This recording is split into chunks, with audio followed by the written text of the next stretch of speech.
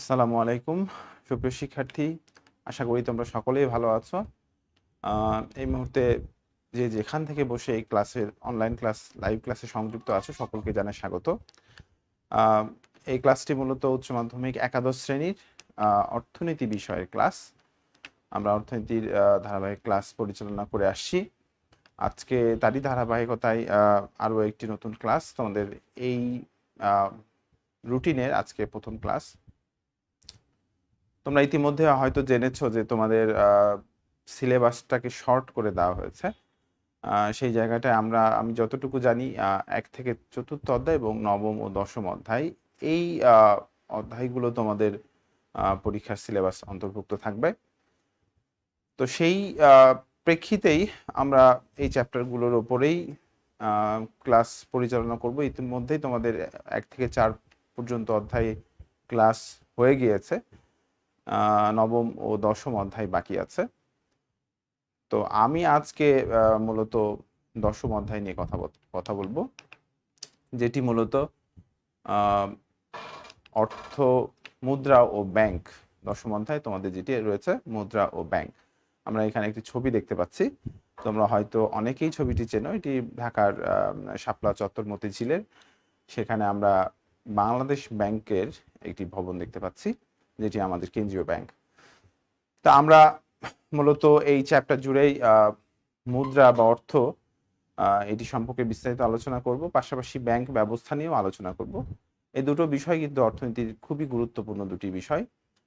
অর্থনৈতিক কার্যক্রম পরিচালনার জন্য এই দুটো বিষয় অত্যন্ত গুরুত্বপূর্ণ ভাবে এটি ব্যবহৃত হয়, বা এই অর্থনৈতিক কার্যক্রমগুলোকে আরো সহজতর করার জন্য মুদ্রা ও ব্যাংক ব্যবস্থা গুরুত্বপূর্ণ ভূমিকা পালন করে। তো আমরা যে বিষয়টি আজকের অংশে রেখেছি সেটি মূলত মুদ্রা সংক্রান্ত বিষয়। মুদ্রা সংক্রান্ত আমরা বেশ কিছু বিষয় আজকে জানার চেষ্টা করব। তো প্রথমেই আমরা আজকের যে আলোচনার মূল বিষয়গুলো বা শব্দগুলো সেগুলো সম্পর্কে একটু ধারণা নিয়ে নিই। আজকে প্রথমেই যে বিষয়টি নিয়ে কথা বলবো সেটি হচ্ছে মুদ্রা বা অর্থ। এরপর রয়েছে বিহিত মুদ্রা, আমানত এবং সর্বশেষ মুদ্রার মূল্য। এর বাইরেও আমরা যদি সময় পাই আরো দুটি টপিক নিয়ে আলোচনা করার চেষ্টা করব। সেখানে মুদ্রা সংক্রান্ত দুটি বিষয়, একটা হচ্ছে মুদ্রাস্ফীতি এবং মুদ্রা সংকোচন। এর বাইরে মুদ্রার অর্থের চাহিদা এবং অর্থের যোগান নিয়েও আমরা কথা বলার চেষ্টা করবো ইনশাল্লাহ। তো আমরা প্রথমেই যে বিষয়টি আসতে চাই সেটি হচ্ছে মুদ্রার আলোচনার আসার আগেই আমরা একটু শিখন ফলটা দেখে নেওয়ার চেষ্টা করি। সেটি হচ্ছে প্রথমে যেটি তোমরা আজকের ক্লাস থেকে যেটি শিখবে আর কি, সেটা হচ্ছে মুদ্রার ধারণা ব্যাখ্যা করতে পারবে, মুদ্রার কার্যাবলী বর্ণনা করতে পারবে, বিহিত মুদ্রা ও আমানতের মধ্যে পার্থক্য নির্দেশ করতে পারবে, মুদ্রার মূল্যের ধারণা ব্যাখ্যা করতে পারবে। মূলত এগুলোই আজকে আমাদের শিখন ফল, যেখানে আমরা মূলত আলোচনা হচ্ছে মুদ্রার ওপরেই, যেখানে আমরা মুদ্রার ধারণা এবং মুদ্রার কার্যাবলী, গুরুত্ব এবং মুদ্রার বিশেষ রূপ, বিহিত মুদ্রা এবং আমানতের মধ্যে আমরা পার্থক্য বিষয়টি জানার চেষ্টা করব। এর পাশাপাশি একটি গুরুত্বপূর্ণ বিষয় সেটি হচ্ছে মুদ্রার মূল্য বা অর্থের মূল্য। সেই বিষয়টি আমরা আজকের ক্লাস থেকে জানার চেষ্টা করব বা জানতে পারবো ইনশাল্লাহ। তাহলে শুরু করা যাক যে মুদ্রা মানে এই বিষয়টি আমরা সবাই জানি আসলে যে অর্থ কি। টাকা পয়সাকে আমরা মূলত অর্থ বা মূলধন মুদ্রা হিসেবে জানি। তো আসলে আমরা এখন যে ফরম্যাটে মুদ্রা বা অর্থ ব্যবহার করে থাকি, অর্থনীতির একেবারে শুরুর দিকে কিন্তু ঠিক এইভাবে অর্থের প্রচলন ছিল না। আমরা যদি অর্থনৈতিক ইতিহাস জানার চেষ্টা করি তাহলে দেখব যখন অর্থনৈতিক কার্যক্রম সূচনা শুরু হয়েছিল তখন এই অর্থের প্রচলন কিন্তু ছিল না। সুতরাং সেই সময়টাই মানুষের যে প্রয়োজন, অর্থাৎ বিভিন্ন দ্রব্যের যে প্রয়োজন, সেটি একে অপরের সাথে বিনিময় করতো। সেটিকে আমরা বার্টার সিস্টেম বা বিনিময় প্রথা হিসাবে জানি। এর পরবর্তীতে বিভিন্ন বস্তু, কড়ি, পাথর এগুলোকেও মুদ্রা হিসাবে ব্যবহারের প্রচেষ্টা হয়েছে বা ব্যবহার হয়েছে। পরবর্তীতে বর্তমান আমরা যে ফরম্যাটে মুদ্রা পাই সেটি চালু হয়, অর্থাৎ ধাতব মুদ্রা এবং কাগজি মুদ্রা। তো এই যে কাগজি মুদ্রা এবং ধাতব মুদ্রা, সেটি আমরা কোনটাকে কোনগুলোকে মুদ্রা হিসাবে গ্রহণ করব বা কোনটা মুদ্রা হিসাবে স্বীকৃত হবে সেই বিষয়টি নির্ধারণ করে দিবে আসলে রাষ্ট্র। তো সেই জায়গাটা আমরা মুদ্রা হিসাবে মুদ্রাকে এভাবে সংজ্ঞায়িত করতে পারি যে এটার রাষ্ট্র কর্তৃক স্বীকৃত এবং সর্বজন গ্রহণযোগ্য, সবাই যেটিকে গ্রহণ করে, যেটি সাহায্যে ক্রয় বিক্রয়, দেনা পাওনা পরিশোধ, তারপরে আমরা যদি বলি যে সঞ্চয় বাহন পরিমাপের মূল্যের পরিমাপক ইত্যাদি যে কাজগুলো করে থাকে যেটি, সেটি মূলত অর্থ। যে দ্রব্য বা বস্তুটি এই কাজগুলি পরিচালনা করে সেটিকে আমরা দ্রব্য বা অর্থ বা মুদ্রা বলছি। অর্থনীতিবিদ ওয়াকারের একটা ছোট সংজ্ঞা আছে, সেই সংজ্ঞাটি যদি আমরা একটু দেখার চেষ্টা করি। Money is what money does, অর্থাৎ মুদ্রা তাই যা মুদ্রা করে। সুতরাং আমরা অর্থের সংজ্ঞা দেওয়ার জন্য আমাদের ভিন্ন কোনো ধারণার দরকার নেই। আমরা জানি যে অর্থ যেটি করে, যে কাজগুলো করে সেটিই অর্থের সংজ্ঞা, সেটিকে আমরা অর্থ হিসেবে বিবেচনা করি। আমি যেটি বললাম একটু আগে যে অর্থ দিয়ে সাধারণত ক্রয় বিক্রয় করা যায়, এটি বিনিময়ের অন্যতম মাধ্যম হিসাবে কাজ করে। ঋণ পরিশোধ, দেনা পাওনা ইত্যাদি কাজের জন্য ব্যবহার করা হয়। মূল্যের পরিমাপক, সঞ্চয়ের বাহন হিসাবে যে দ্রব্যটি সবার কাছে গ্রহণযোগ্য এবং রাষ্ট্র কর্তৃক স্বীকৃত এবং যেটির আন্তর্জাতিক স্বীকৃতিও রয়েছে বিনিময় হারের ক্ষেত্রে অন্যান্য দেশের মুদ্রার সাথে, সেটিকে আমরা কিন্তু অর্থ বলছি। বিভিন্ন অর্থনীতিবিদ আরও বিভিন্নভাবে অর্থকে বা মুদ্রাকে সংজ্ঞায়িত করার চেষ্টা করেছেন। এর মধ্যে ক্রাউথারের সংজ্ঞাটাও রয়েছে, যেখানে উনি বলছেন যে এটি এমন একটি দ্রব্য বা বস্তু যেটি কি করা হয়, বিনিময়ের মাধ্যম হিসাবে সর্বজনের কাছে গ্রহণযোগ্য এবং এটি মূল্যের পরিমাপক, সঞ্চয়ের বাহন হিসাবে কাজ করে এবং এটি দ্বারা কি করা হয়, ঋণ পরিশোধের কাজেও কিন্তু ব্যবহার করা হয়, স্থগিত লেনদেনের কাজে। তাহলে সেটি হচ্ছে অর্থ বা মুদ্রা। আমরা বিভিন্ন দেশে কিন্তু বিভিন্ন ধরনের মুদ্রা দেখি। আসলে মুদ্রার নাম ভিন্ন কিন্তু তাদের কাজগুলো কিন্তু একই। বাংলাদেশে যেমন মুদ্রার আমরা জানি যে টাকা, ভারতের রুপি, আমেরিকার ডলার, এখন ইউরোপীয় কান্ট্রিগুলোতে আমরা জানি ইউরো। সুতরাং এ ধরনের বিভিন্ন ধরনের মুদ্রা তাদের নিজের দেশে মধ্যেই সীমাবদ্ধ রয়েছে এবং অন্যান্য দেশের সঙ্গে আন্তর্জাতিক বাণিজ্যের ক্ষেত্রে কিন্তু এটির আবার একটা বিনিময় মূল্যও রয়েছে। সুতরাং যেটি সবার কাছে গ্রহণযোগ্য হবে, যেটি এই ব্যবসা বাণিজ্য বা লেনদেনের কাজে সবাই ব্যবহার করবে, যেটিকে সঞ্চয় এবং মূল্যের পরিমাপক হিসেবে ব্যবহার করা যায়, সেই বিষয়টিকে আমরা কিন্তু মুদ্রা বলছি। আমরা মুদ্রার ক্ষেত্রে একটা গুরুত্বপূর্ণ সংজ্ঞা জন মেইনার্ড কেইনসের একটা সংজ্ঞাটা একটু দেখার চেষ্টা করি। অর্থ এমন একটা দ্রব্য যা হস্তান্তর করে ঋণের চুক্তি ও দামের চুক্তি মেটানো যায় এবং যার মাধ্যমে ক্রয় ক্ষমতা ধরে রাখা যায়। এখানে দেখো দুটি বিষয় বলা হয়েছে, একটা হচ্ছে ঋণের চুক্তি ও দামের চুক্তি। আমরা অর্থের মাধ্যমে ঋণ দেওয়া এবং ঋণ পরিশোধের ক্ষেত্রে এটিকে খুব সহজে ব্যবহার করতে পারি, যেটি কিন্তু অন্যান্য দ্রব্য বা সামগ্রীর মাধ্যমে কিন্তু অত সহজে সম্ভব নয়। এরপরে আমরা যদি বলি যে দামের চুক্তি মেটানো যায়, অর্থাৎ বিভিন্ন দ্রব্য সামগ্রী ক্রয়ের জন্য যে দাম পরিশোধ, সেই দাম পরিশোধের ক্ষেত্রে খুব সহজে কিন্তু এই মুদ্রার ব্যবহারটি করা সম্ভব বা খুব সহজেই মুদ্রা ব্যবহারের মাধ্যমে বিভিন্ন দ্রব্যের বিনিময় এবং মূল্য পরিশোধ করা সম্ভব। আর একটা বিষয় বলা আছে এখানে, ক্রয় ক্ষমতা ধরে রাখা যায়। ক্রয় ক্ষমতা বলতে আসলে কি বোঝানো হয়, যেটি অর্থের মূল্যকে আমরা বুঝি, সেটি হচ্ছে ক্রয় ক্ষমতা। অর্থাৎ অর্থ দ্বারা যে পরিমাণ দ্রব্য সামগ্রী ক্রয় করা যায় সেটাকে অর্থের ক্রয় ক্ষমতা বলছে। তাহলে এই ক্রয় ক্ষমতাটাকে ধরে রাখার জন্য মূলত যেটি দ্বারা যার মাধ্যমে এটি ধরে রাখা যায় সেটি হচ্ছে মুদ্রা। একজন মানুষ তার কি পরিমাণ ক্রয় ক্ষমতা রয়েছে এটি তার আর্থিক অবস্থা বা তার হাতে কতটুকু অর্থ রয়েছে তার উপর নির্ভর করে। আবার এটি এভাবেও বলা যায় যে দামি স্তরের সাথেও কিন্তু ক্রয় ক্ষমতার একটা সম্পর্ক রয়েছে, সেটি আমরা আরো বিস্তারিত আলোচনার সময় দেখার চেষ্টা করবো ইনশাল্লাহ। তাহলে আমরা মুদ্রা হিসাবে এখানে যেটা পাচ্ছি যে এটি হস্তান্তর করে ঋণের চুক্তি এবং দামের চুক্তি মেটানো যায় এবং এটি যার মাধ্যমে কি করা যায়, ক্রয় ক্ষমতা ধরে রাখা যায়, সেটিকে আমরা মুদ্রা বলছি। তাহলে এই সবগুলো সংজ্ঞাকে যদি আমরা একটু বিশ্লেষণ করি তাহলে এভাবে আমরা অর্থের সংজ্ঞাকে দাঁড় করাতে পারি যে এটি এমন একটি দ্রব্য বা বস্তু যার সাহায্যে কি করা যায়, যেটি বিনিময়ের মাধ্যম হিসাবে সবার কাছেই গ্রহণযোগ্য হয়, যেটি দ্বারা স্থগিত লেনদেন পরিশোধ করা যায়, ঋণের চুক্তি মেটানো যায়, মূল্যের পরিমাপক হিসাবে কাজ করে, যেটি সঞ্চয়ের বাহন হিসাবে কাজ করে, এবং কি হয়, এটি দ্বারা ক্রয় ক্ষমতা ধরে রাখা যায়, সেটিকে আমরা কি বলছি, অর্থ বলছি। সুতরাং এই অর্থের বিষয়টি আমার মনে হয় যে আমাদের সবারই ক্লিয়ার কনসেপ্ট থাকা দরকার, যে এর যে কাজ, মূলত আমরা অর্থের যে সংজ্ঞাগুলো রয়েছে এই সংজ্ঞাগুলো থেকে কিন্তু এর কার্যাবলীগুলো পেয়ে যাই। এর বাইরেও আরও কিছু কার্যাবলী রয়েছে, যেটি আমি আরও বিস্তারিত আলোচনায় যাব, এবং মুদ্রার সংজ্ঞাগুলো যদি আমরা একটু বিশ্লেষণ করি, এখান থেকে কিন্তু আমরা মুদ্রার বা অর্থের বৈশিষ্ট্যগুলো কিন্তু খুব সহজে পেয়ে যাই। তাহলে এই জায়গাটায় আমরা যদি এখন অর্থের বৈশিষ্ট্যের কথা বলি, যে অর্থের কি কি বৈশিষ্ট্য বা মুদ্রার কি কি বৈশিষ্ট্য রয়েছে, তাহলে আমরা খুব সহজে বলতে পারি যে প্রত্যেকটি দেশ তাদের একটি একক মুদ্রা প্রচলন করে থাকে। এখানে কিন্তু একক মুদ্রা হতে হবে, কারণ ভিন্ন ভিন্ন পদ্ধতির বা ভিন্ন ভিন্ন মুদ্রা কিন্তু এখানে একটা দেশে প্রচলন করা সম্ভব নয়। সুতরাং একক মুদ্রা একটি নির্দিষ্ট কর্তৃপক্ষের মাধ্যমে প্রচলন হতে হবে, এবং এটি একটি আন্তর্জাতিক বিনিময় হার নির্ধারিত থাকতে হবে।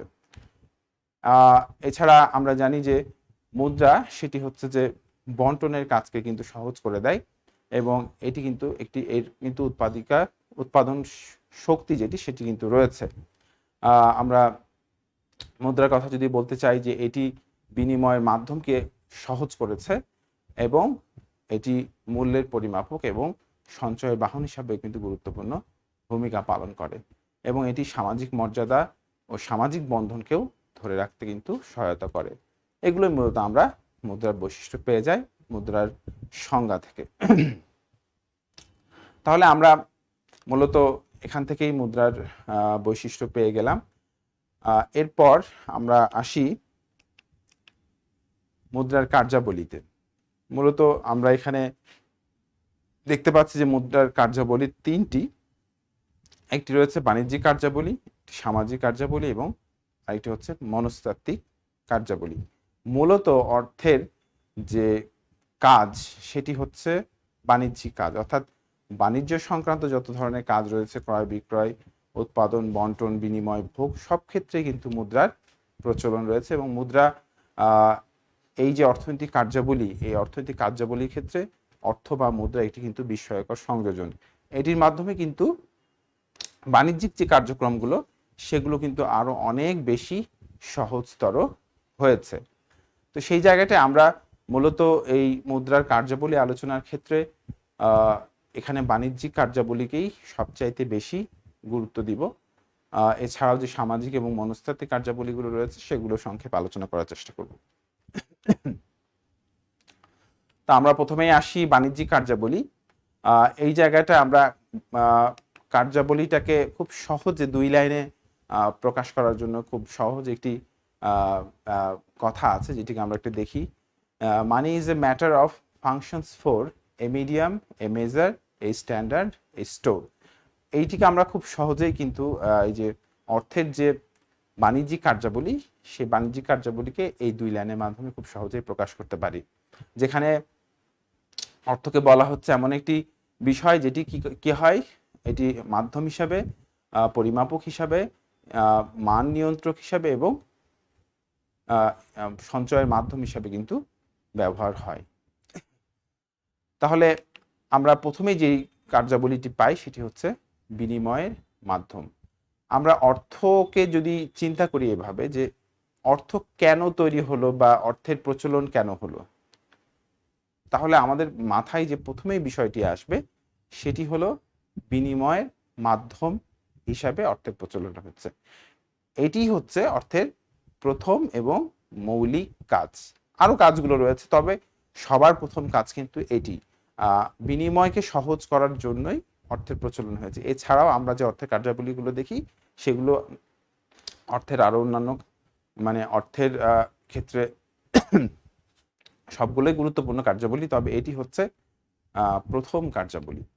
আমরা জানি, আমি আগেই বলেছি যে বার্টার সিস্টেমের সময় অর্থের যে দ্রব্যের বিনিময়, অর্থাৎ বিভিন্ন মানুষ তাদের প্রয়োজন অনুযায়ী যে তাদের দ্রব্যগুলো সেগুলো তারা বিনিময় করতো, সেই জায়গাটায় কিন্তু এই বিনিময় ক্ষেত্রটাকে সহজ করার জন্য পরবর্তীতে মুদ্রা প্রচলন হয়, কারণ বিনিময়ের ক্ষেত্রে অনেক ধরনের সমস্যা রয়েছে।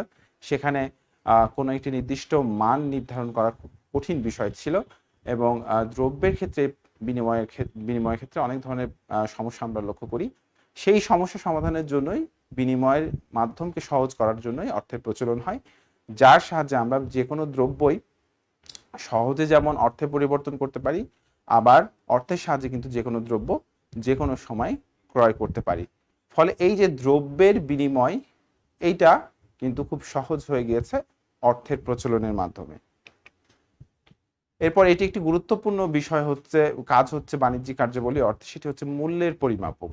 অর্থাৎ একটি দ্রব্যের বা সেবার মূল্য কতটুকু হবে বা সেটিকে আমরা কতটুকু মূল্য পরিশোধ করব, এই পরিমাণটা নির্ধারণের ক্ষেত্রে অর্থ একটি গুরুত্বপূর্ণ ভূমিকা পালন করে থাকে।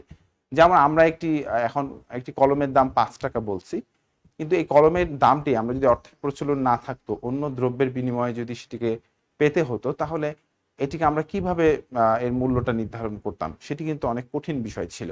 সুতরাং আমরা এখন যত সহজে যত দ্রব্যের সকল দ্রব্যের মূল্য নির্ধারণ করে থাকি অর্থের সাহায্যে, সেটি কিন্তু এই অর্থ ছাড়া এত সহজ বিষয় নয়। সুতরাং অর্থের বাণিজ্যিক কার্যাবলীর মধ্যে মূল্যের পরিমাপক এটি কিন্তু অত্যন্ত গুরুত্বপূর্ণ একটি কাজ।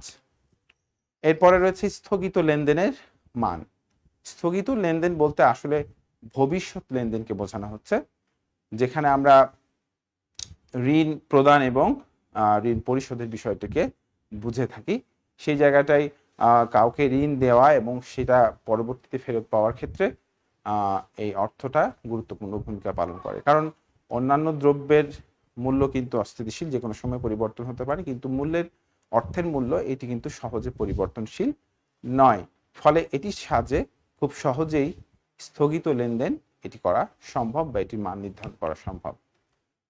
সঞ্চয়ের বাহন, আমরা যে সেক্টরে কাজ করি না কেন, প্রত্যেকেরই আয়ের একটি নির্ধারিত অংশ সে চেষ্টা করে সঞ্চয়ের জন্য। সেক্ষেত্রে অন্যান্য দ্রব্যের চাইতে অর্থকে সঞ্চয় করা অনেক সহজ এবং সুবিধাজনক। অন্যান্য দ্রব্যগুলো যেমন পচনশীল হতে পারে, আবার সেগুলো স্টোরের জন্য অনেক জায়গাও প্রয়োজন হতে পারে, কিন্তু অর্থের ক্ষেত্রে কিন্তু এই সমস্যাগুলো নেই। এটি সঞ্চয় করা অত্যন্ত সহজ এবং সুবিধাজনক। ফলে সঞ্চয়ের বিষয়কে আরও উৎসাহিত করার জন্য বা এটিকে আরও বাড়ানোর জন্য অর্থ কিন্তু গুরুত্বপূর্ণ ভূমিকা পালন করছে। মূল্য স্থানান্তরের বাহন। মূল্য স্থানান্তর বলতে আসলে আমাদের যে সম্পদগুলো রয়েছে সেগুলো এক স্থান থেকে অন্য স্থানে সেটির স্থানান্তরকে বোঝাচ্ছে।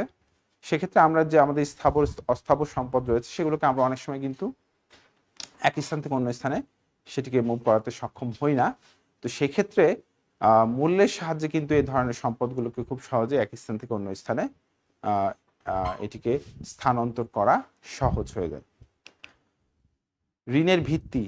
আমাদের বর্তমান যে অর্থনৈতিক কার্যক্রম রয়েছে সেখানে কিন্তু ঋণ একটি গুরুত্বপূর্ণ বিষয়। ফলে এই যে ব্যাংকিং সেক্টরের মাধ্যমে ঋণের যে ভিত্তি গড়ে উঠেছে, যেখানে আমানতকারীর মাধ্যমে অর্থ সঞ্চয় এবং সেখান থেকে বিনিয়োগকারীর মাধ্যমে সেটি ঋণ বিনিয়োগ হচ্ছে বা ঋণ উৎপাদন কাজে যে ব্যবহার হচ্ছে, সেই জায়গাটাই এই ঋণের ভিত্তি হিসাবে কিন্তু অর্থ একটা গুরুত্বপূর্ণ ভূমিকা পালন করছে। এই ঋণের প্রচলন এবং ঋণ দেয়া এবং ঋণ পরিশোধ উভয় ক্ষেত্রেই কিন্তু অর্থ গুরুত্বপূর্ণ ভূমিকা পালন করে। তারল্যের মান, এইটা কিন্তু একটা গুরুত্বপূর্ণ বিষয়, যে তারল্য বলতে আসলে আমরা কি বুঝি এটি আগে আমাদেরকে জানতে হবে। আমরা তরল পদার্থের সাথে কিন্তু তারল্যের একটা সম্পর্ক এখানে পেয়ে যাই, বা এই শব্দটারও কিন্তু মিল রয়েছে। সেই জায়গাটা আমরা তরল পদার্থ হিসাবে কিন্তু আমরা যদি পানির কথা চিন্তা করি, এটিকে কিন্তু আমরা যে কোনো আকৃতির শেপ দিতে পারি, যে কোনো পাত্রে রাখলে সেটি আকার ধারণ করে। এটি সহজে যেমন এটিকে আইস করা যায়, বরফে রূপান্তর করা যায়, আবার বরফ থেকে কিন্তু পানিতেও রূপান্তর করা যায়। ফলে এটির দ্বারাই কিন্তু তারল্যের বিষয়টি চলে আসে, যেই জায়গাটায় আমরা অর্থকে তারল্যের মান নির্ধারণের ক্ষেত্রে কিন্তু গুরুত্বপূর্ণ ভূমিকা গুরুত্ব গুরুত্বপূর্ণ ভূমিকা পালন করে অর্থ, সেটি বোঝাচ্ছি। কারণটি হচ্ছে যে আমরা আমাদের কাছে যদি অর্থ থাকে তাহলে এই অর্থটিকে কিন্তু আমরা যে কোনো সময় যে কোনো কিছুতে পরিবর্তন করতে পারি। আমার যেমন হতে পারে এখন কোনো একটা দ্রব্যের প্রয়োজন, আমার কাছে কি আছে, অর্থ আছে, আমি কিন্তু সেই অর্থটিকে সাথে সাথে ওই দ্রব্যে রূপান্তর করতে পারি। বা আমার কাছে কিছু দ্রব্য রয়েছে, আমার অর্থের প্রয়োজন, আমি চাইলে ওই দ্রব্যগুলো বিক্রি করে কিন্তু সেটিকে আবার অর্থে রূপান্তর করতে পারি। ফলে এই যে অর্থ, আমরা আমাদের যে দ্রব্যগুলো রয়েছে বা আমাদের যেগুলো প্রয়োজন, আমরা চাইলেই কিন্তু অর্থের সাহায্যে সেগুলো পেতে পারি। আবার আমরা আমাদের প্রয়োজন মতো আমাদের উৎপাদিত দ্রব্যগুলোকেও কিন্তু আমরা অর্থের সাহায্যে রূপান্তর করে ওই অর্থ দিয়ে আমাদের অন্যান্য চাহিদাগুলো মেটাতে পারি। ফলে এই অর্থ যেহেতু যে কোনো সময় যে কোনো জায়গায় কাজে লাগানো যাচ্ছে যে কোনোভাবে, ফলে এটি কিন্তু তারল্যতা অনেক। ফলে আমরা এই নগদ অর্থটিকে হাতে ধরে রাখতে চাই, কারণ এর তারল্যের মানটা বেশি। এটিকে আমরা যে কোনো জায়গায় ব্যবহার করতে পারি এবং এটি সর্বজন স্বীকৃত এবং সব জায়গায় কিন্তু গ্রহণযোগ্য। আমার কাছে অন্যান্য যে বিনিময়ের মাধ্যমগুলো রয়েছে, চেক, ব্যাংক ড্রাফট ইত্যাদি অন্যান্য যে বিষয়গুলো, সেগুলো কিন্তু সহজে আমি চাইলেও অন্য একজনকে কিন্তু সেটি গ্রহণ করতে বাধ্য করতে পারি না। সেগুলোর তারল্যতা কিন্তু তুলনামূলক কম, কিন্তু অর্থের তারল্য অনেক বেশি। কারণ এটি যে কোনো সময় যেমন আমরা অন্যান্য দ্রব্যে রূপান্তর করতে পারছি, অন্যকে সেটি গ্রহণ করতেও কিন্তু আমরা বাধ্য করতে পারি, বা যে কেউ সেটি গ্রহণ করতেও বাধ্য। এরপর আসি তৃপ্তি বৃদ্ধি করার উপায়। আমরা তৃপ্তি বৃদ্ধি বলতে আসলে আমাদের উপযোগকে বোঝাচ্ছি। সেই জায়গাটায় আমাদের যেমন নির্দিষ্ট আয়ের ক্ষেত্রে আমরা চেষ্টা করি আমাদের সর্বোচ্চ উপযোগ লাভ করার জন্য। আবার অনেক ক্ষেত্রে এই বিষয়টি এরকম হয় যে আমাদের যে উপযোগ সেটি দ্রব্যের দামের সাথেও কিন্তু সম্পর্কিত, প্রান্তিক উপযোগটি। ফলে তৃপ্তি বৃদ্ধি করার উপায়ের ক্ষেত্রেও কিন্তু অর্থ গুরুত্বপূর্ণ ভূমিকা পালন করছে। এবং সর্বশেষ যে কার্যাবলীটা আমরা আজকে এখানে রেখেছি সেটি হচ্ছে বন্টনের কাজ। আমরা জানি যে উৎপাদনের যে উপকরণগুলো রয়েছে সেগুলোর মধ্যে আয় বন্টনের ক্ষেত্রে অর্থ কিন্তু খুব গুরুত্বপূর্ণ ভূমিকা পালন করে। অর্থ ছাড়া কিন্তু এই উপকরণগুলোর মধ্যে সুষমভাবে তাদের আয় বন্টন করা অত্যন্ত কঠিন কাজ। আবার তাদের যে উৎপাদন শক্তি বা তারা যে পরিমাণ উৎপাদনশীল, তাদের প্রান্তিক উৎপাদনশীলতা অনুযায়ী কিন্তু তাদেরকে পরিশোধ করা হয়। সেই জায়গাটাও কিন্তু তাদের প্রান্তিক উৎপাদনশীলতা অনুযায়ী তাদেরকে অর্থের মাধ্যমে সহজেই তাদের মূল্য পরিশোধ করা সম্ভব হয়। ফলে অর্থের মাধ্যমে উৎপাদনের যে উপকরণগুলো রয়েছে সেগুলোর মাঝে তাদের আয় বন্টনটাকে সহজ করা যায়। আমরা যে কার্যাবলীগুলো পড়লাম বা দেখলাম, আমরা সেখান থেকেই মূলত আধুনিক অর্থনীতিতে অর্থের গুরুত্বটা অনুধাবন করতে পারি। কারণ আমরা বর্তমান সময়ে যে অর্থনৈতিক কার্যাবলীগুলো পরিচালিত হয় সেখানে অর্থ কতটুকু গুরুত্ব রাখে সেটি আমরা অর্থের সংজ্ঞা এবং অর্থের কার্যাবলী থেকে কিন্তু অনেকটা পেয়ে যাচ্ছি বা দেখার চেষ্টা করি। দেখো যে উৎপাদনের যে সকল সেক্টর, সেখানে একজন উৎপাদনকারী তার উৎপাদনের জন্য প্রয়োজনীয় কাঁচামাল সংগ্রহ করা, তারপরে সেটির জন্য প্রয়োজনীয় মেশিনারিজ ক্রয় করা, এগুলো সব ক্ষেত্রে কিন্তু অর্থ জড়িত রয়েছে। এর সাথে সাথে বাজারজাতকরণের সঙ্গে সংশ্লিষ্ট যে বিষয়গুলো রয়েছে সেখানেও অর্থ সম্পৃক্ত রয়েছে। তারপর শ্রমের শ্রেণী বিভাগ রয়েছে, সেখানেও কিন্তু অর্থ সংশ্লিষ্টতা রয়েছে। ফলে আমরা এরপরে যদি দেখি যে আয় বন্টনের ক্ষেত্রে যে বিষয়টি, সেখানে আমরা একটু আগেই যেখানে বললাম যে উৎপাদনের সাথে যে উপকরণগুলো জড়িত রয়েছে সেগুলোর মূল্য পরিশোধের জন্য কিন্তু অর্থ খুব গুরুত্বপূর্ণ ভূমিকা পালন করে। ফলে আধুনিক অর্থনীতিতে যে উৎপাদন যে বিষয়টি রয়েছে সেই উৎপাদনের কিন্তু সকল সেক্টরের সঙ্গেই, সব ক্ষেত্রের সঙ্গে কিন্তু অর্থের একটা গুরুত্বপূর্ণ সম্পর্ক রয়েছে। অর্থ খুবই গুরুত্ব বহন করে। বিনিময়, আমরা যেটা আগে বলেছি, অর্থের প্রধান কাজই ছিল কিন্তু বিনিময়ের মাধ্যমকে সহজ করা। বন্টনের ক্ষেত্রে এটি গুরুত্বপূর্ণ ভূমিকা পালন করছে, অর্থাৎ বিভিন্ন উপকরণের যে আয় বন্টন সেটিকে সুষমভাবে বন্টনের জন্য অর্থ গুরুত্বপূর্ণ ভূমিকা পালন করে। ভোগের ক্ষেত্রেও কিন্তু অর্থ গুরুত্বপূর্ণ ভূমিকা পালন করে। আমরা আহ, জানি যে উৎপাদন কার্যের যে সর্বশেষ পর্যায়ে উৎপাদনের সেটি হচ্ছে ভোগ, এবং সেখানে বিভিন্ন শ্রেণীর মানুষ তাদের প্রয়োজন অনুযায়ী দ্রব্য ভোগ করার জন্য তাদের যে অর্থ রয়েছে সেটিকে সহজে ব্যবহারের মাধ্যমে তাদের দ্রব্য ভোগ করে সেখান থেকে পর্যাপ্ত তৃপ্তি তার উপযোগকে কিন্তু সর্বাধিক করতে সক্ষম হয়। এরপর আসা যাক মূল্য পরিমাপক, অর্থাৎ এটি মূল্যের পরিমাপক হিসাবে গুরুত্বপূর্ণ কাজ করে, অর্থাৎ বিভিন্ন দ্রব্য ও সেবার মূল্য নির্ধারণের ক্ষেত্রে এটি গুরুত্বপূর্ণ ভূমিকা পালন করে।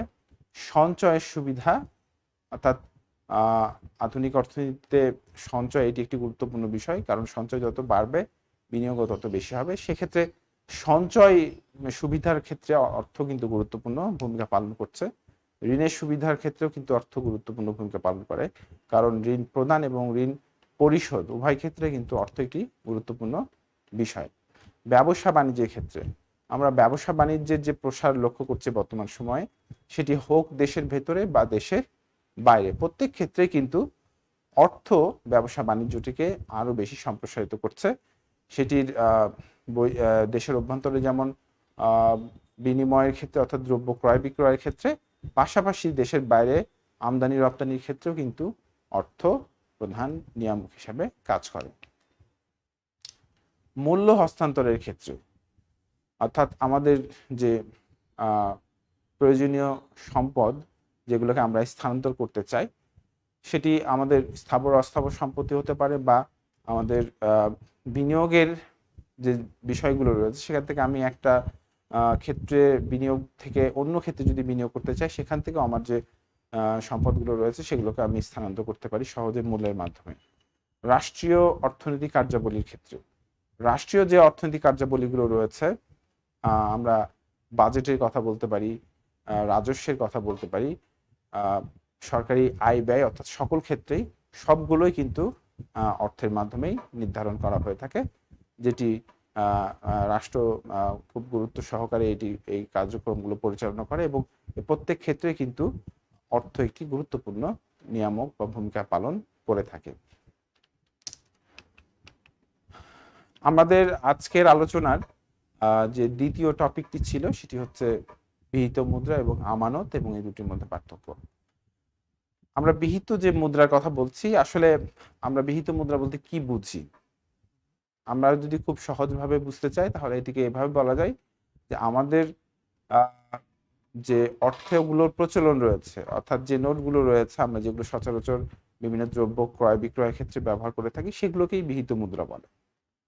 এর বাইরেও আরো কিছু বিষয় রয়েছে যেগুলো কিন্তু বিনিময়ের বা লেনদেনের ক্ষেত্রে ব্যবহার করা হয়ে থাকে।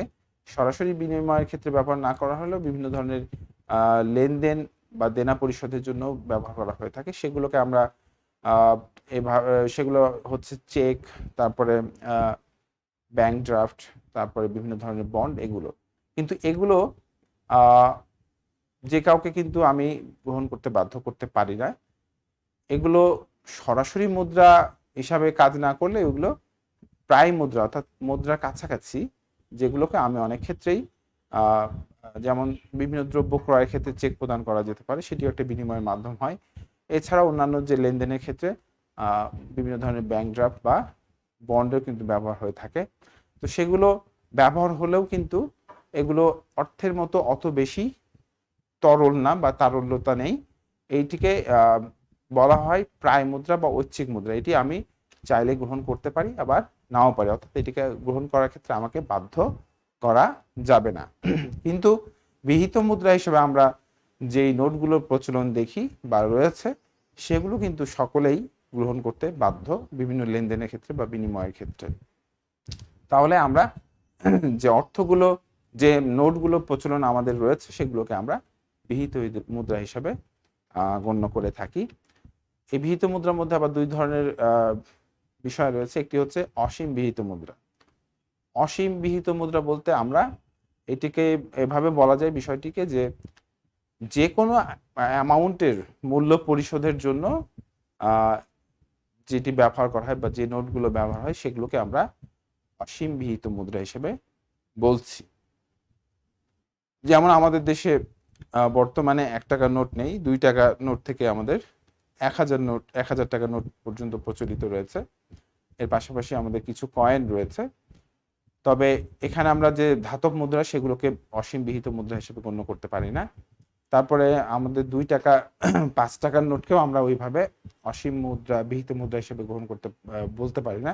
এর পরবর্তী যে মুদ্রাগুলো রয়েছে, যেগুলো আসলে যে কোনো অ্যামাউন্টের বা যে কোনো পরিমাণের মূল্য পরিশোধের জন্যই যে কেউ গ্রহণ করতে সেটি বাধ্য থাকে, সেইটিকে আমরা কিন্তু অসীম বিহিত মুদ্রা বলছি। তাহলে সসীম বিহিত মুদ্রা কি? যেগুলো আমরা 1 পয়সা 2 পয়সা যেগুলোর প্রচলন অবশ্য এখন বর্তমান সময়ে নেই। এছাড়া আমাদের যে ক্ষুদ্র যে ধাতবগুলো রয়েছে মানে মানের দিক থেকে সেগুলো, এবং 1 টাকা 5 টাকা, 1 টাকা 2 টাকা 5 টাকার কয়েন, এগুলোকেও কিন্তু আমি অনেক বেশি মূল্য পরিশোধের ক্ষেত্রে বাধ্য করতে পারবো না। সুতরাং এগুলোকে কিন্তু সসীম বিহিত মুদ্রা হিসাবে গণ্য করা হয়। এখানে আরেকটা বিষয় রয়েছে আমানত। আমানত বর্তমান সময়ে এটি একটি গুরুত্বপূর্ণ বিষয়, এবং এই আমানতের সঙ্গে কিন্তু ব্যাংকিং সিস্টেম বা ব্যাংক প্রতিষ্ঠান অত্যন্ত গুরুত্বপূর্ণভাবে জড়িত। এই আমানত সৃষ্টির ক্ষেত্রে ব্যাংক যখন ঋণ প্রদানের মাধ্যমে আমানত সৃষ্টি করে, সেটিকে আমরা সৃষ্ট আমানত হিসাবে গণ্য করি। আর জনগণ তাদের সঞ্চিত অর্থ থেকে যখন ব্যাংকে আমানত রাখে, তখন সেটিকে আমরা প্রকৃত আমানত বলছি। এবং এই দুটো সমষ্টি মিলেই কিন্তু আমাদের আমানত, যেটি অনেক সময় আমরা এই আমানতটিকে ঋণ হিসাবে ব্যবহার করে থাকি, বা ব্যাংকগুলো এই আমানত গ্রহণ করে এটিকে বিনিয়োগকারীদের মধ্যে ঋণ হিসাবে তারা প্রদান করে থাকে। ফলে আমানত এটি একটি গুরুত্বপূর্ণ বিষয়, যেটিও অর্থের মাধ্যমে এটি গঠিত হয়ে থাকে। জনগণ যেমন তাদের অর্থ সঞ্চয়ের মাধ্যমে আমানত সৃষ্টি করে, পাশাপাশি ব্যাংকগুলো বিভিন্ন বিনিয়োগকারীকে ঋণ প্রদানের মাধ্যমে কিন্তু আমানত সৃষ্টি করে থাকে। আমানত 3 ধরনের হয়ে থাকে। একটি হচ্ছে চলতি আমানত, যেটিকে আমরা ডিমান্ড ডিপোজিট বলি, কারেন্ট অ্যাকাউন্ট যেটি কারেন্ট ডিপোজিট বলি। সেটি হচ্ছে এই আমানতের ক্ষেত্রে যে কোনো সময় কিন্তু টাকা উত্তোলন করা যায়, যে কোনো সময় জমা দেওয়া যায় বা উত্তোলন করা যায়। এই আমানতের ক্ষেত্রে কিন্তু ব্যাংক কোনো ইন্টারেস্ট প্রদান করে না। এরপর রয়েছে সেভিংস অ্যাকাউন্ট বা সেভিংস ডিপোজিট। এটিও আমরা সপ্তাহে কিন্তু এটি দুইবার এই আমানত এখান থেকে অ্যাকাউন্ট থেকে টাকা উত্তোলন করা যায়, এবং অনেক বড় অ্যামাউন্টের অর্থ উত্তোলনের ক্ষেত্রে কিন্তু পূর্বেই এটির ব্যাপারে অবহিত করতে হয় ব্যাংকে, এবং সঞ্চয় আমানতের ক্ষেত্রে খুব সামান্য পরিমাণে কিন্তু সুদ বা ইন্টারেস্ট পাওয়া যায়। এরপর যেটি রয়েছে স্থায়ী আমানত, ফিক্সড ডিপোজিট যেটি আমরা বলি, সেটি একটি নির্ধারিত সময়ের জন্য একটি নির্ধারিত একটি পরিমাণ অর্থ কিন্তু আমানত হিসাবে ব্যাংকে জমা রাখা হয়, এবং সেই নির্দিষ্ট মেয়াদ শেষে সেটি লাভ সহ বা সেটির জন্য যে নির্ধারিত সুদের হার ছিল সেটি সহ যারা আমানতকারী তাদের কিন্তু পরিশোধ করা হয়। ফলে আমরা এই যে অর্থের যে বিষয়গুলো আমরা আলোচনা করছি, সেই জায়গাটাই আমাদের প্রচলিত যে বিহিত মুদ্রা, এর পাশাপাশি আমানত, এটাও কিন্তু একটা গুরুত্বপূর্ণ বিষয়, যেখানে আমরা সৃষ্ট এবং প্রকৃত আমানতের কথা বললাম। পাশাপাশি আমানত হিসাবে আমরা ব্যাংকে আরো 3 ধরনের আমানত দেখতে পাই। সেটি হচ্ছে চলতি আমানত, সঞ্চয় আমানত এবং স্থায়ী আমানত। এখন আমরা এই দুটোর যে সংজ্ঞা জানলাম, এখান থেকে কিন্তু আমরা এগুলোর মধ্যে পার্থক্য নির্ণয় করতে পারবো, বা আমরা বুঝতে পারছি যে পার্থক্যগুলো কি হতে পারে। এখানে যেমন এই দুটোর মধ্যে সংজ্ঞার মধ্যে পার্থক্য রয়েছে, আবার দুটোর মধ্যে কিন্তু প্রাতিষ্ঠানিক পার্থক্য রয়েছে। অর্থাৎ প্রথম বিহিত মুদ্রার ক্ষেত্রে কিন্তু ওইভাবে প্রাতিষ্ঠানিক বিষয় সম্পর্কিত নয়, আর আমানতের ক্ষেত্রে কিন্তু একটা প্রাতিষ্ঠানিক বিষয়ের সম্পৃক্ততা রয়েছে, যেটিকে আমরা ব্যাংকিং সিস্টেম বলছি। এছাড়াও কিন্তু আরো বিভিন্ন ধরনের পার্থক্য কিন্তু এই দুটো বিষয়ের মধ্যে রয়েছে। আমরা এটি বইয়ে আরো বিস্তারিত পাবো ইনশাল্লাহ। এরপরে আমাদের যে আজকের আরেকটি গুরুত্বপূর্ণ আলোচনার বিষয়, সেটি হচ্ছে মুদ্রার মূল্য। এইটা আলোচনা করার জন্য আমাদের আরো কয়েকটি বিষয় আমাদেরকে জানতে হবে, সেটি হচ্ছে যে অর্থের পরিমাণ, দাম স্তর এবং মুদ্রা মূল্য, এই তিনটি বিষয় কিন্তু এক্ষেত্রে খুব গুরুত্বপূর্ণ বা পারস্পরিকভাবে সম্পৃক্ত, যেই তার সাথে আবার কিন্তু আরো দুটো বিষয় সম্পৃক্ততা রয়েছে, একটি হচ্ছে মুদ্রাস্ফীতি এবং মুদ্রা সংকোচন। তাহলে আমাদের মুদ্রার যে মূল্য বা অর্থের মূল্য সেটিকে খুব ভালোভাবে বোঝার চেষ্টা করতে হবে। আসলে মুদ্রার মূল্য বলতে আমরা কি বুঝি? মুদ্রার কিন্তু বাহ্যিক আসলে ওইভাবে কোনো মূল্য নেই। আমরা যদি বলি যে অর্থের মূল্য আসলে কি, অর্থের নিজস্ব আসলে কোনো মূল্য নেই। অর্থ দ্বারা যেটা ক্রয় করা হয় বা যে পরিমাণ দ্রব্য করা হয় সেটি হচ্ছে অর্থের মূল্য, বা আমরা যে বলি যে অর্থের ক্রয় ক্ষমতাকে অর্থের মূল্য বলা হয়। অর্থাৎ একটি নির্দিষ্ট সময়, একটি নির্দিষ্ট সময় না, একটি নির্দিষ্ট পরিমাণ অর্থের মাধ্যমে যে পরিমাণ দ্রব্য ও সেবা সামগ্রী ক্রয় করা যায় সেটি হচ্ছে ওই নির্দিষ্ট পরিমাণ বা নির্দিষ্ট একক মুদ্রার মূল্য। তাহলে একটি নির্দিষ্ট একক মুদ্রা বা অর্থের সাহায্যে যে পরিমাণ দ্রব্য বা সেবা ক্রয় করা যাচ্ছে সেটি হচ্ছে ওই মুদ্রার মূল্য। অর্থাৎ সে নিজে এককভাবে কোনো নিজস্বভাবে তার কিন্তু কোনো মূল্য নেই। যেমন আমরা ভারতে একটি সিদ্ধান্ত কিছুদিন আগেই দেখলাম যে সেখানে কিছু কিছু নোট কিন্তু বাতিল করে দেওয়া হলো। এই যে একটা ঘোষণা, সরকারি ঘোষণা, এরপরে কিন্তু ওই অর্থগুলোর কিন্তু আর কোনো মূল্য থাকে না। সুতরাং মুদ্রার ক্ষেত্রে এটি যেমন গুরুত্বপূর্ণ যে তার সরকারি স্বীকৃতি, এটি একটি গুরুত্বপূর্ণ বিষয়।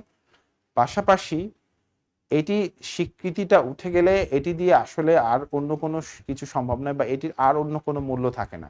ফলে তার মূল্য তখনই সৃষ্টি হয় যখন সেটি দিয়ে কোনো দ্রব্য বা সেবা সামগ্রী ক্রয় করা সম্ভব হয়। যে পরিমাণ ক্রয় করা যাচ্ছে সেটিই কিন্তু তার মূল্য বা তার ক্রয় ক্ষমতা। তাই আমরা বলছি যে মুদ্রার মূল্য আসলে তার ক্রয় ক্ষমতার দ্বারাই নির্দেশিত হয়ে থাকে। এখন এই মুদ্রার মূল্য, এইটা মুদ্রার পরিমাণ এবং দাম স্তরের সঙ্গে সম্পর্কিত। আমাদেরকে এই তিনটা বিষয়ের মধ্যে সম্পর্কটা ভালোভাবে বোঝার চেষ্টা করতে হবে। আমরা যদি মুদ্রার মূল্যের সম্পর্ক দেখতে যাই তাহলে এটির সাথে সরাসরি সম্পৃক্ত হচ্ছে দাম স্তর।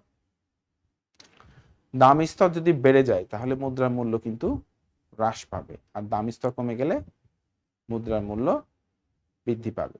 অর্থাৎ মুদ্রার মূল্যের সঙ্গে দাম স্তরের কি একটা বিপরীত সম্পর্ক রয়েছে। আর এই দাম স্তরের সঙ্গে কিন্তু আবার অর্থের যে পরিমাণ সেটির কিন্তু একটা ধনাত্মক সম্পর্ক রয়েছে। অর্থাৎ অর্থের পরিমাণ যত বাড়বে দাম স্তর তত বাড়বে, আর অর্থের পরিমাণ যত কমবে দাম স্তর তত কমবে।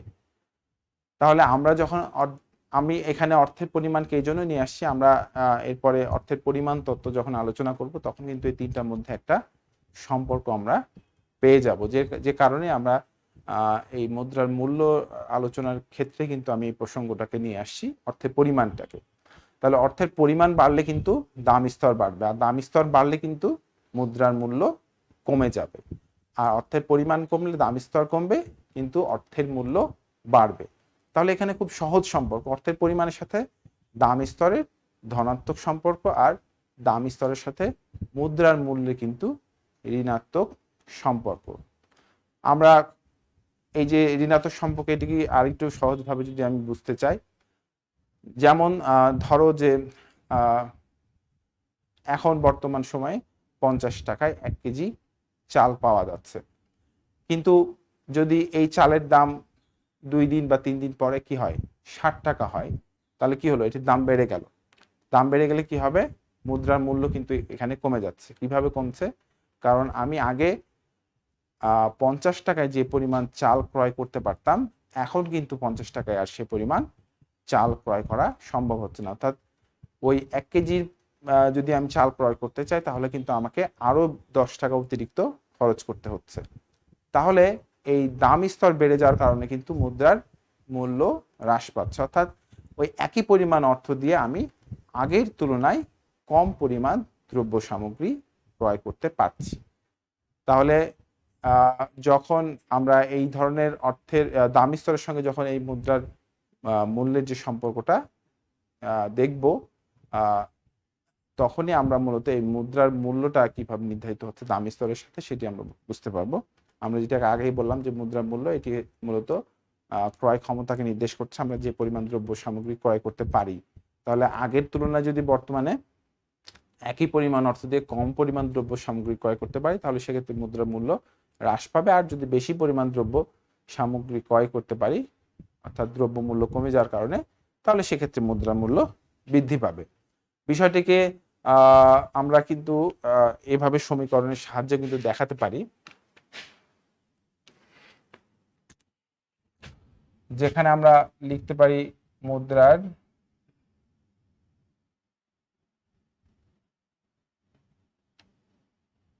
মূল্য সমান সমান 1/দাম স্তর।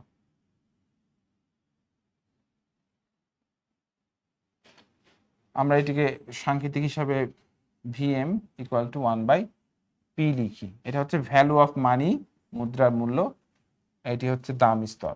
সুতরাং দাম স্তর কি হবে? যখন বাড়বে তখন কিন্তু এই ফ্র্যাকশনটা কমে যাবে, অর্থাৎ ভ্যালু অফ মানি এটি কিন্তু কমবে।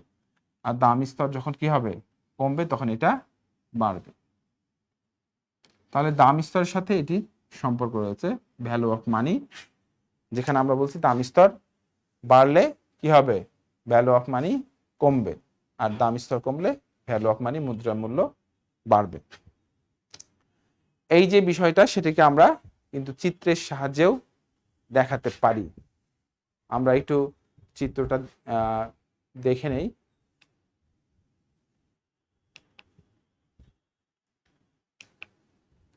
দেখো এখানে চিত্র যেখানে দেখতে পাচ্ছি আমরা লম্ব অক্ষে অর্থের মূল্য এবং ভূমি অক্ষে দাম স্তর দেখছি।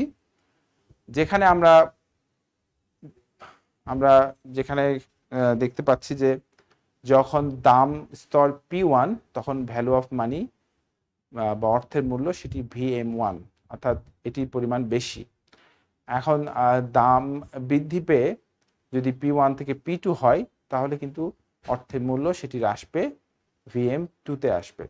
ফলে এই যে VM1 এবং P1 এই দুটোর মাধ্যমে আমরা যে বিন্দুটি পাচ্ছি সেটি A বিন্দু, এবং VM2 এবং P2-র মাধ্যমে আমরা যেটি পাচ্ছি সেটি B বিন্দু। এই যে রেখা, এই রেখাটা দিয়েই কিন্তু আমাদের এই অর্থের মূল্য এবং দাম স্তরের মধ্যে একটা সম্পর্ককে নির্দেশ করছে, এবং এই সম্পর্কটি হচ্ছে বিপরীত সম্পর্ক। যখন প্রাইস বাড়ছে তখন কি হচ্ছে? অর্থের মূল্য কমে যাচ্ছে, আর প্রাইস কমে গেলে, দাম স্তর কমে গেলে অর্থের মূল্য বেড়ে যাচ্ছে। তাহলে এই যে ভ্যালু অফ মানি, অর্থের মূল্য, সেটি প্রাইসের সঙ্গে সম্পর্কিত, এবং এটি এই দুটোর মধ্যে একটি বিপরীতমুখী সম্পর্ক রয়েছে। এই যে মুদ্রার মূল্য, আমরা মুদ্রার মূল্যের পরিবর্তনটি নিয়ে একটু আলোচনা করব। সেটি হচ্ছে যে মুদ্রার মূল্যের পরিবর্তন হলে আসলে কি হয়। আমরা একটু আগেই বললাম যে যদি আগের তুলনায় কি করা হয়, ওই একই পরিমাণ অর্থ দিয়ে বেশি পরিমাণ দ্রব্য সামগ্রী ক্রয় করা সম্ভব হয়, তাহলে সেখানে আমরা বলছি অর্থের মূল্য বেড়ে যায়। আর যদি কম পরিমাণ, অর্থাৎ আগের তুলনায় কম পরিমাণ দ্রব্য সামগ্রী ক্রয় করা সম্ভব হয়, তাহলে সেখানে অর্থের মূল্য কিন্তু হ্রাস পেয়ে যায়। তাহলে এই যে দাম স্তরের ফলে মুদ্রার মূল্যের পরিবর্তন, এটির সঙ্গে কিন্তু আবার মুদ্রাস্ফীতি এবং মুদ্রা সংকোচনের একটা সম্পর্ক রয়েছে। যখন আমরা আগের তুলনায় কি করছি? কম পরিমাণ দ্রব্য সামগ্রী ক্রয় করছি, অর্থাৎ মূল্যস্তর বেড়ে যাওয়ার কারণে যখন মুদ্রার মূল্য কমে যাচ্ছে, এই সময় কিন্তু মুদ্রাস্ফীতির সৃষ্টি হয়। আর দাম স্তর কমে যাওয়ার ফলে যখন মুদ্রার মূল্য বেড়ে যায়, তখন কিন্তু মুদ্রার সংকোচন সৃষ্টি হয়। তাহলে এই বিষয়টিকে আমরা একটু চিত্রের সাহায্যে দেখার চেষ্টা করি। আমরা প্রথমেই যে বিষয়টি দেখছি সেটি হচ্ছে মুদ্রাস্ফীতি, যেটিকে আমরা অর্থের মূল্য হ্রাস দেখাচ্ছি। অর্থাৎ P1 থেকে যখন দাম স্তর বেড়ে গিয়ে P2-তে যাচ্ছে, তখন কিন্তু অর্থের মূল্য কমে যাচ্ছে। ফলে আমরা একই পরিমাণ অর্থ দিয়ে আগের তুলনায় কিন্তু কম পরিমাণ দ্রব্য সামগ্রী ক্রয় করতে পারবো। এটি মুদ্রার মূল্যের পরিবর্তন, এবং এই পরিবর্তনের ক্ষেত্রে যে বিষয়টি ঘটছে সেটি হচ্ছে মুদ্রাস্ফীতি।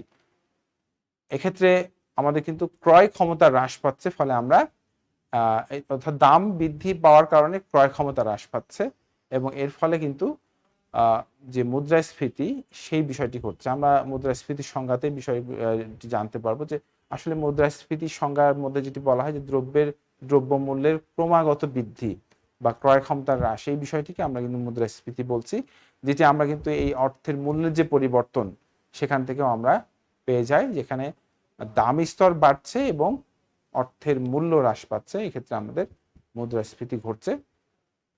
আর দ্বিতীয় ক্ষেত্রে আমরা যদি দেখি যে দাম স্তর কমে P2 থেকে P1 হচ্ছে, তাহলে এক্ষেত্রে অর্থের মূল্য কিন্তু বাড়বে এবং মুদ্রার সংকোচন দেখা দিবে।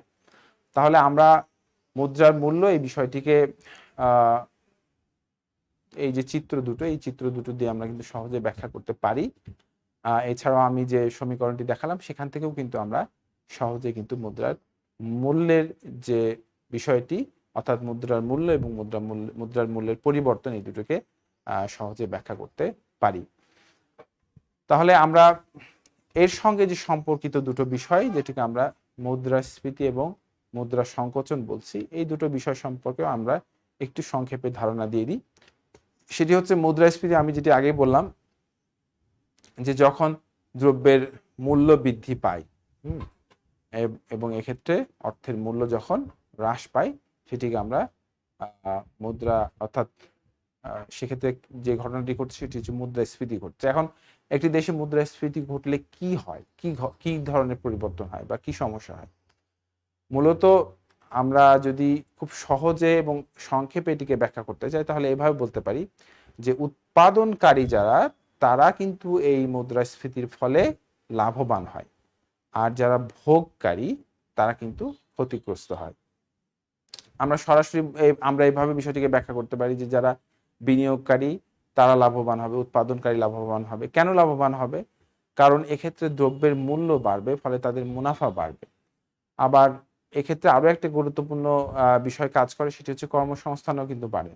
কর্মসংস্থান বাড়ে এজন্য যে যখন ব্যবসায়ীরা বা উদ্যোক্তারা বেশি বেশি প্রফিট অর্জন করতে পারবে, অর্থাৎ দ্রব্যমূল্য বৃদ্ধির মাধ্যমে, তখন কিন্তু তারা আরো বেশি উৎপাদনের ক্ষেত্রে বিনিয়োগ করবে। ফলে বিনিয়োগ বাড়লে কাজের ক্ষেত্র বেশি তৈরি হবে এবং কর্মসংস্থানের সুযোগ তৈরি হবে। তবে এক্ষেত্রে কোনো কোনো পক্ষ ক্ষতিগ্রস্ত হয়, যেমন যারা সঞ্চয় করে তারা কিন্তু ক্ষতিগ্রস্ত হয়। এরপরে আমরা যারা সাধারণ ভোক্তা রয়েছি তারা কিন্তু এই মুদ্রাস্ফীতির ফলে অনেক ক্ষেত্রে ক্ষতিগ্রস্ত হয়, কারণ দ্রব্যমূল্য বৃদ্ধির মাধ্যমে অনেকেই কিন্তু এই ক্ষতির সম্মুখীন হয়। শ্রমিক যারা, তারাও কিন্তু ক্ষতিগ্রস্ত হয়, কারণ দ্রব্যমূল্য বাড়লেও কিন্তু অনেক ক্ষেত্রে তাদের মজুরির পরিবর্তন হয় না, ফলে তাদের যে জীবনযাত্রা, অর্থাৎ দ্রব্য ক্রয় বিক্রয়, এক্ষেত্রে তারা কিন্তু তাদের জীবনযাত্রা ব্যয় করতে কিন্তু তারা সমস্যার সম্মুখীন হয়, ফলে তারাও কিন্তু বিভিন্নভাবে ক্ষতিগ্রস্ত হয়। এরপর আমরা যদি বলি যে কৃষিজীবী তারা কিভাবে এটির সঙ্গে সম্পর্কিত, তারা কিন্তু উপকৃত হয়, কারণ এই যে আমরা বলছি ধান চাল এগুলো যখন দাম বাড়ছে তখন কিন্তু কৃষক লাভবান হচ্ছে। এর বাইরে আমরা যদি ওভারঅল আমরা এই মুদ্রাস্ফীতির বিষয়টিকে মূল্যায়ন করতে চাই, তাহলে বিষয়টিকে এভাবে মূল্যায়ন করা যায় যে মুদ্রাস্ফীতি অর্থনীতিকে চাঙ্গা করতে গুরুত্বপূর্ণ ভূমিকা পালন করলেও সামাজিক এবং যেটি বলছে যে জনমনে যে একটা সমস্যা, জনগণের মধ্যে যে একটা বিরূপ প্রভাব, সেটি কিন্তু আবার রাষ্ট্রের ওপর একটা বড় ধরনের চাপ সৃষ্টি করে। যেমন অব্যাহতভাবে যদি এই মুদ্রাস্ফীতি বাড়তে থাকে, তাহলে কিন্তু অসন্তোষ বা রোষা দেখা দিতে পারে। তো সেক্ষেত্রে কিন্তু সেটি শুধু অর্থনৈতিক ক্ষেত্র না, পুরো দেশের যে স্থিতিশীলতা সেটিও নষ্ট হতে পারে। ফলে মুদ্রাস্ফীতি খুব মৃদু পরিমাণে একটি দেশের অর্থনীতির জন্য ভালো, তবে এটি খুব বেশি মুদ্রাস্ফীতি হলে কিন্তু সেটি আবার একটি দেশের জন্য ক্ষতিকর। আর এই মুদ্রাস্ফীতির ঠিক উল্টো দিকটাই হচ্ছে কিন্তু মুদ্রা সংকোচন, আমরা যেমন মুদ্রার এপিটোপিট বলি, সেই রকম মুদ্রাস্ফীতির ঠিক বিকল্প। আমরা এর আগে মুদ্রাস্ফীতির ক্ষেত্রে যারা যারা উপকৃত হচ্ছিল মুদ্রাস্ফীতির মাধ্যমে, মুদ্রা সংকোচনের ক্ষেত্রে ঠিক তার উল্টোটা হয়, তারা ক্ষতিগ্রস্ত হয়। অর্থাৎ উৎপাদনকারী, বিনিয়োগকারী, তারপরে যারা এই যে উৎপাদন বিভিন্ন সেক্টরের সঙ্গে যুক্ত রয়েছে, তারা কিন্তু ক্ষতিগ্রস্ত হয়, আর যারা ভোগকারী তারা কিন্তু লাভবান হয়।